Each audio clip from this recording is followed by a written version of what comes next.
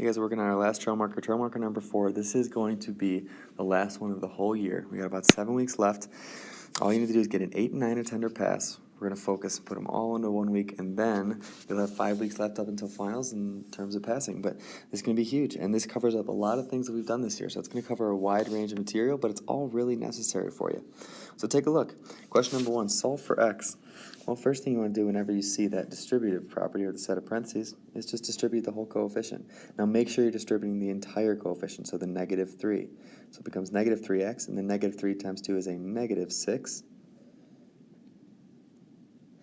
And then write the plus 6 equals negative 27.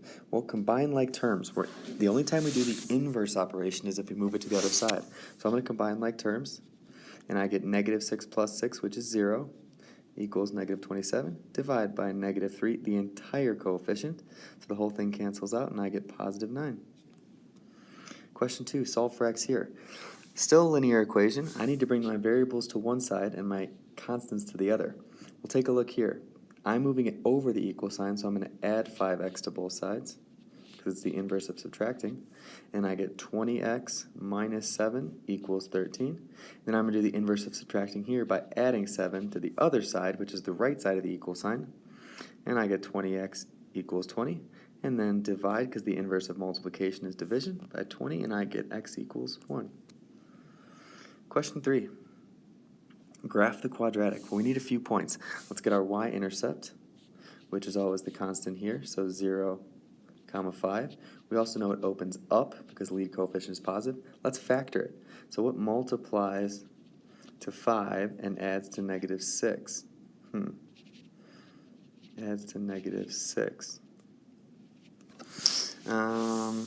Multiply to 5. Well, 5 and 1, but then it's got to add to a negative, so it's going to have to be negative 5 and negative 1. So I'm going to write it as x minus 5, x minus 1. We'll set those equal to 0 and solve for x, and we get x equals positive 5, positive 1. So one x-intercept is 1, 0. The other x-intercept is 5, 0. And now we have those two coordinates. Also, if you want to add in the vertex, you could do that. Okay, so what you can do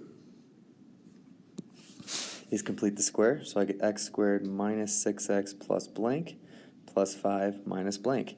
Well, b over 2 squared to fill in the blank. So I get negative 6 over 2 squared. Negative 3 squared is 9, so the 9 goes here and the 9 goes here.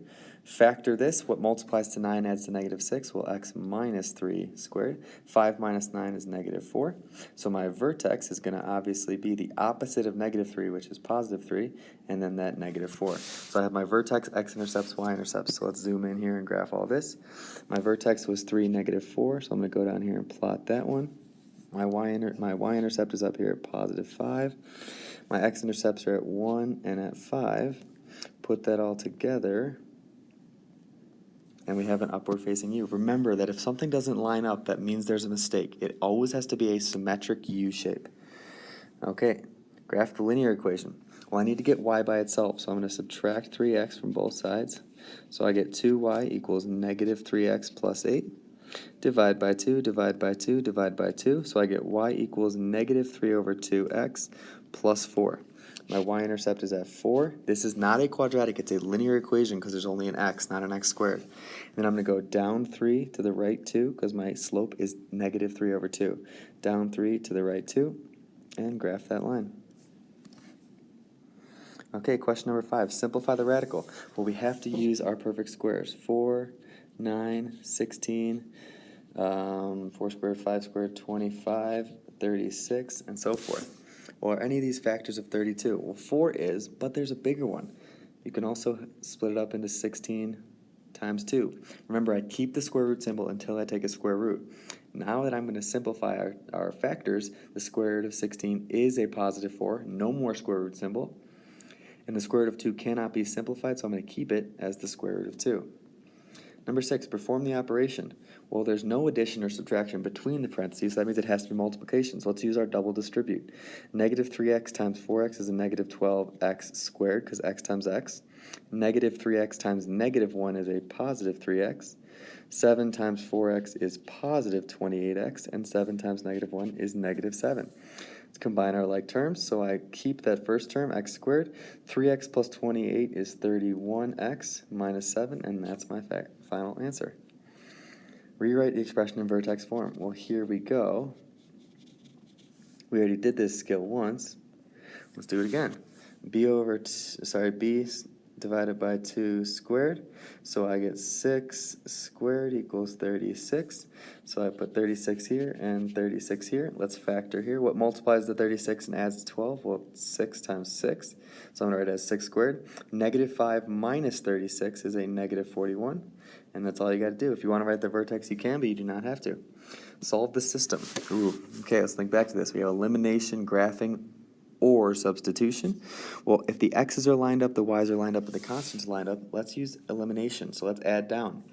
Negative 3x plus 5x is 2x, y minus y is 0, and 8 plus 4 is 12.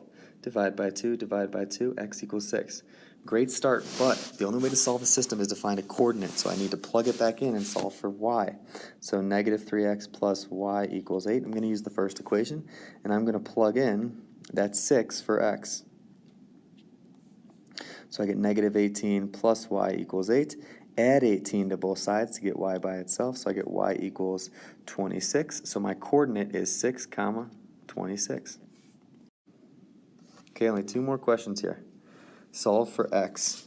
So we have multiple ways to solving a quadratic. You could factor, you could use square root. Remember, this has an x squared, an x, and a constant, so we're probably going to factor. The lead coefficient is 1, so we need to figure out what multiplies to negative 10 and adds to negative 3. Okay, well, let's find some factors that multiply to 10. 10 and 1, 5 and 2. Okay, one's got to be negative because it multiplies to a negative 10.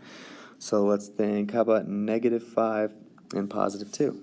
Negative 5 plus 2 is negative 3. Negative 5 times 2 is negative 10. So I'm going to write them as x minus 5, x plus 2 equals 0. Set them equal to 0 separately. This is their 0 product property. And solve for x. Add 5 to both sides. I get x equals positive 5. And then subtract 2 from both sides in the other linear equation. I get x equals negative 2. There's my 2 answers. Last one. Write the equation of the line that passes through this, 0, 3, and has a slope of negative 1/2. Okay, so we need our m and our b. Remember, a y-intercept is when the graph intersects the y-axis. So let's plot this point to see what it looks like. 1, 2, 3. It's right here. This coordinate, because the x value is 0, that means that this is our y-intercept. So watch how simple this question is. Sometimes we could plug it in for x and y and solve for b, but it actually gives us the y-intercept because the x value is already 0. Okay, so now I have my m equals negative 1/2 because that was given to us, and my b is 3 because that was given to us. So my equation is y equals negative 1/2 x plus 3. And there we go. Okay, good luck, guys.